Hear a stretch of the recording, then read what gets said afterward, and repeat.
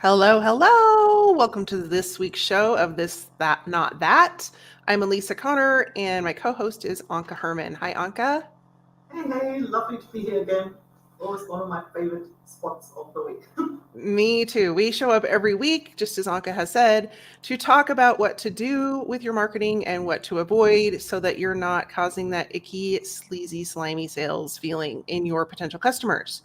And this week, we are talking specifically about what to say in your emails when you're trying to sell and what not to say.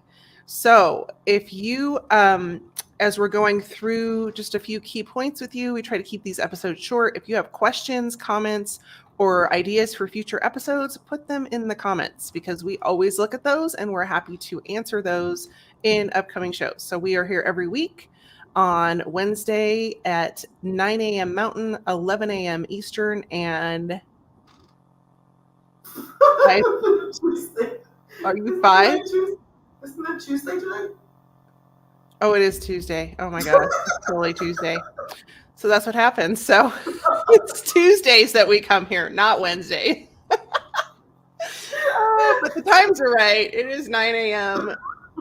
Mountain, 11 a.m. Eastern, and I believe 5 p.m. European. Is that correct? Okay. Um, So, do you want to get us started, Anka? Like, what's the number one thing that you've seen in a sales email that you're like, oh dear God, please don't do that again? When people, like, see, the thing is that what I see, people really struggle to put themselves in the shoes of the person reading that, right? So there's always a sense of, I want to go and I want you to buy the thing and I want to sort of shove this thing down your throat, right? And I don't take into account what the other person needs in order to make a decision, right? So I think it's very much that broadcasting. I just want to tell you about all my stuff, right? Right. So I think and my stuff quite often doesn't actually speak to what the client will get from this. Right? It speaks to, oh, there's worksheets. There's like, I mean, we still have, I mean, still, there's still people doing that, there'll be like 12 videos and 14 workbooks. Like, nobody cares, right? It's, I think, really that whole shift of perspective and asking yourself, like, what does a potential client need to know in order to, not in order to buy, but in order to make a decision? Right. And so I would call that the transformation. So at the end of working with you, what is their life going to look like? What has changed? And what has it been improved? Because a lot of times when we're talking to customers or potential customers, they're stuck in the in between and they don't see a way out. They don't know what it's going to look like on the other side. They just know that they want this problem gone. And I always try to give everyday examples to people. So, for example, if you have this came up over the past week or so, our refrigerator went out. It completely died. So I walked downstairs and there is ice melted all over the kitchen floor. The food is getting warm. So do you think I care about um, all of the details around remodeling my kitchen, for example? Like, do you want to tell me how to remodel my kitchen right now, or do you want to sell me a new refrigerator?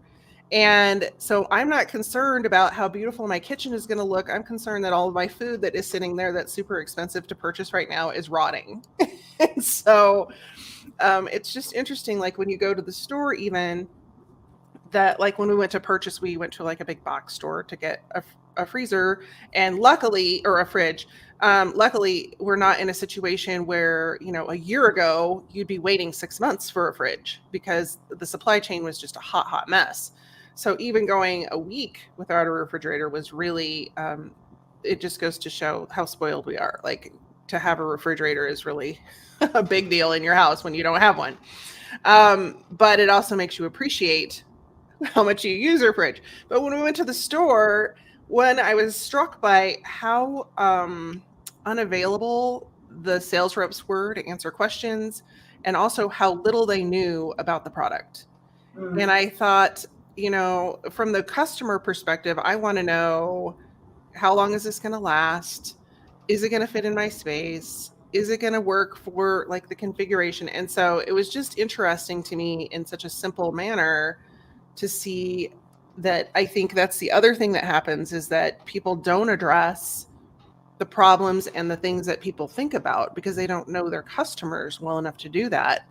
And that's just a simple example, like buying a refrigerator. Like if you're selling something that's intangible, that's not something they're going to be able to like open every day and take their food out of, I think it's even harder to create that connection and to meet those unspoken issues. Like you really have to do your research with your audience. And that's something I know you're really good at, is to tap into your audience. And I also aim to do that. But to answer those questions and kind of like peel the onion, I look at it as peeling the onion. You're going a little deeper with people than may even feel comfortable for you. But if you can get them to release those layers, that gives your marketing so much power.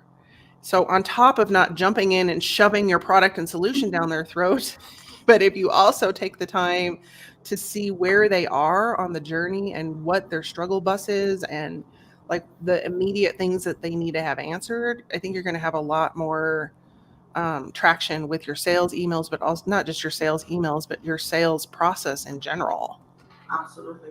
Actually, when you was talking, what jumped to mind for me is like, I kind of often look at it as building that bridge between what people are facing and how the service helps. Now, in the case of a refrigerator, it's kind of obvious, right? So they don't have to do a lot of bridge building there. It's like you already know, you kind of feel the problem. You still have questions. Like, this is what I meant, it's like, okay, well, I wanna know, how long does it take to deliver, right? When is it gonna be like in the morning, in the evening? I'm gonna have to work around it. What do you need? And all of that stuff. And it all gets worse, or you have to kind of think about it more when your service isn't sort of tangible, because that's also something that I see a lot of people, especially in the coaching space. It's like, hey, become the best version of yourself, tap into who you really are, right? And I'm the last person to say, well, that's not true. That is totally true, and that is at the heart of everything. But if I'm getting frustrated because my fridge doesn't work, what? Like, don't come in with who I really am. Like, I'm not. You cannot assume that I will make that connection between I'm frustrated because the fridge doesn't work, how understanding who I really am at the heart of it will help me, how that will help me. I like, especially when I'm stressed about the fridge, I'm not going to see that until you spell that out for me, right? And I think that's spelling out to kind of talk about my issue first, and then open up, like build that journey, like basically build that train of thought for me, Right. so that it's easy for me to see how this solution, could actually be solving the fridge problem and a whole bunch of others, because then I'll be interested, right? If I can't see how this relates to me. So at the end of the day, there's only the one question somebody will ask themselves when they bother to open the email, right? Or whatever it is. Like, they're gonna look, and the only question they have is this for me? Right. Right. And so basically it's about, think about what are they gonna need in order to make that decision, Right. I absolutely agree. And I was just saying, like, there's so much disconnect between, and I also work with a lot of coaches, as you know, and I think they jump into what they know is like the big result, which is you're going to be more powerful, you're going to be more confident, you're going to be whatever. But meanwhile, their clients are like, yeah, I need more clients. Like, so I don't really care about all of this high fluff, feeling better, confident, blah, blah, blah.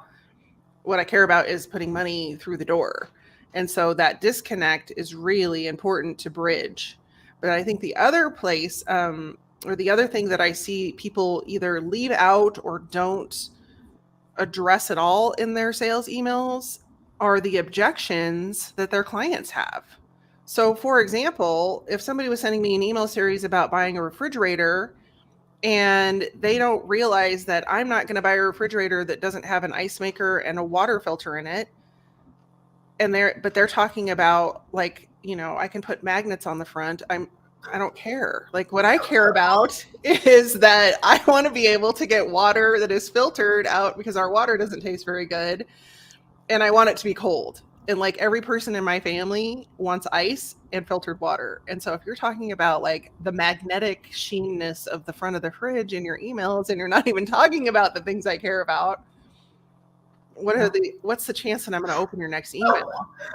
This makes me laugh. This really makes me laugh because at the end of the day, it comes back to really knowing your audience and not, I mean, and even just kind of keeping your eyes and ears open to actually listening to the signals. Because that reminds me, like many years when I lived in London, I went to buy a computer, right? And I was still working in software development. So I walked into, it was a whole street full of computer shops, right? I walked into the shop with money in the pocket. I wanted the most powerful computer they could have or deliver really quickly, right? So I was after a Ferrari kind of, I didn't really care what the thing looked like. I wanted this as potent as possible. Now the guy comes in there, I walk in there, the guy comes, can I help you? And so I'm saying, look, I'm looking for, minimum that much RAM, like, whatever the specification was, like 25 years ago. And he goes, oh, we've got this lovely special. Look, it's pink. I was about to just stop the guy, like, he literally, and I'm like, okay, if it's pink, I don't care what color it has. What are the specifications? And he kept trying to ram down this pink computer, and it was like a real, like from this, I mean, if it's pink and it's powerful, I don't care, right? But it was pink and it was wimpy. Like it just was a little computer that was enough for you to write emails. It wasn't a computer that was apt for programming or, like it was not a potent computer. Yeah. Like you see me, I'm walking in there, you see a woman, pink, great, color. Like, they probably had sales training where someone said, oh, women care about color. Well, I gave you, by the way I asked my question, I gave you a lot. Like I made it really easy for you to know what I was after. I told you, and so I think that a variation of that we see quite a lot, where people make assumptions and don't actually listen to what people are actually telling them. Exactly. And listening is so important. And the key benefit of actually listening and tuning in and not making assumptions is that you will immediately stand out from everybody else in your industry because 90% of people just make assumptions. And it doesn't matter what kind of business you have. That's the kicker. I don't care if you're a coach, a consultant, an online course creator, a networker, accountant, or whatever. If you actually take the time to get to know your people and listen to your people, not only will they tune in and their ears will perk up, but the chances that they're going to share what you do and what you talk about with other people also increases. And so I think a lot of times we jump into, and you and I have talked about this many times before, but we jump into this entrepreneurial gig and we think that we're going to just automatically have thousands of people that follow us and want to work with us.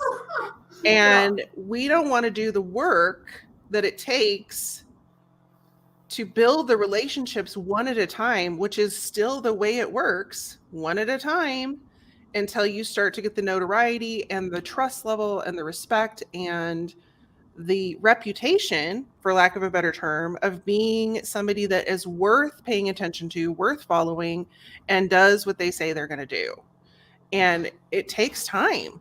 And so the advice we give to you during these episodes is not just something we woke up and said, hey, let's do this. It's stuff that Anka and I have been doing this for 20 years ish, right? Am I right on the bandwagon there? It's, this is stuff we see every single day. And it's stuff that we know works because it not only has worked for us, but it has worked for our clients. And so we want you to be successful. And really, if we were to break it down to just a few things in this episode, it really comes down to knowing your clients, listening to your clients, and serving first. Like it's those three things that you do in all of your marketing. And that comes to emails as well. So before we wrap anything up or wrap up the episode, Anka, do you have anything else that you want to share with the audience that you think that would help them to just really be able to jump in and create some value in their emails? Actually, want to bring a quick example. There's a marvelous coach and trainer called Michael Neal, and he talks about selling in the most beautiful way I've ever come across. He says, well, I just sell to Oliver. Oliver is his son, right? And so he will go and he says, well, if I watch my son having a problem, or, if I come across something that I think would really help him, well, yeah, of course I'm going to tell him about it, right? I'm not going to shove something down his throat that he won't want, that I know isn't really that good for him. So his well-being is my top priority. And he trusts me enough to know that I have his best interest at heart. So he's more open to listening to what I might recommend. So if I see something that I will really feel that he would benefit, and I also won't be shy about telling him about it, and maybe kind of telling him again, right? So, but yeah, definitely he knows for sure that it isn't something, and I'll be open. I won't kind of have a hidden agenda, right? There is no benefit for me first, so the benefit is for him first. And if I know it's going to serve him, then I want to make sure he knows about it, and he knows everything that he needs to make that call, right? And he says, well, if you want to sell something in your business, it's actually quite simple. Just make all sale a sale to Oliver. Yeah, that's beautiful. I love that. I'm so glad you shared that example. And it's true when you look at it that way. And if you don't have children, look at it as somebody that is in your family that you deeply care about, and how would you sell it to them? So, well, thank you so much, everyone, for being here. And thank you, Anka, for being here every week. We will be back next week on Tuesday, not Wednesday, to talk about another marketing opportunity for you to increase sales and increase connection and build long-term clients. So until then, be well, take care, and stay safe. Have a lovely week.